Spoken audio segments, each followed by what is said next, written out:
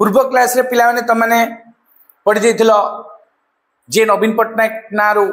आ chop कहले भाप then तापरे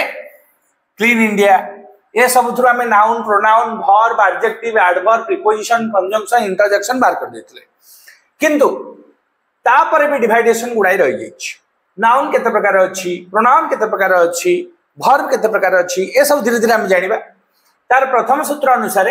नाउन को मु कोन करथिली ना नाउन रो पिले गोटे झियो गोटे जॉइन गोटे हला काउंटेबल आ गोटे हला अनकाउंटेबल ये दि जण मिसै की कोन करचंदी ना यांकर पिले एक्चुअली झियो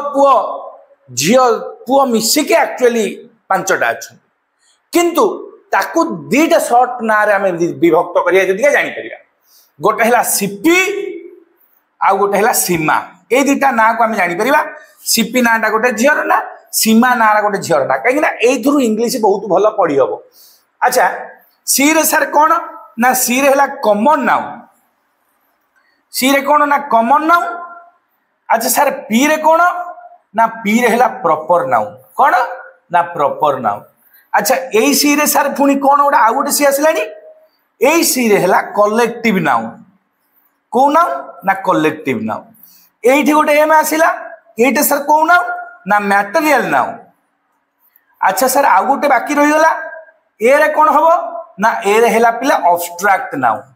टोटल नाउन एठी क्लियर पांचटा काउंटेबल नाउन ना अनकाउंटेबल नाउन टोटल को जदि हम ये करबा